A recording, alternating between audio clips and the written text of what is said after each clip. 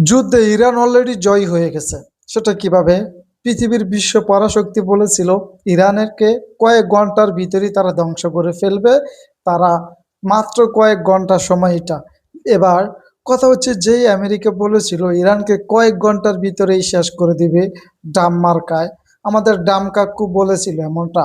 কিন্তু ইরান এখনো তারা সাহসের সাথে লড়ে যাচ্ছে। এখনো ইরানকে ধ্বংস করতে পারে নাই। তারা যেটা চেয়েছিল সেটা ইরানে হতে দেয় নাই।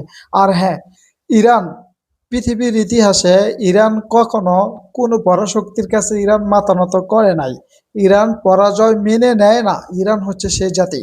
আর শেষ পর্যন্ত ইরানের হয়তো বিপুল পরিমাণের ক্ষয়ক্ষতি হবে, কিন্তু ইরান কোনোদিন আত্মসমর্থন করবে না। আর শেষ পর্যন্ত আমেরিকা বাধ্য হবে এই যুদ্ধ বিরতি দেওয়ার জন্য। এই কারণে বললাম যে ইরান যুদ্ধে জয় হয়ে গেছে। বুঝতে পারছেন?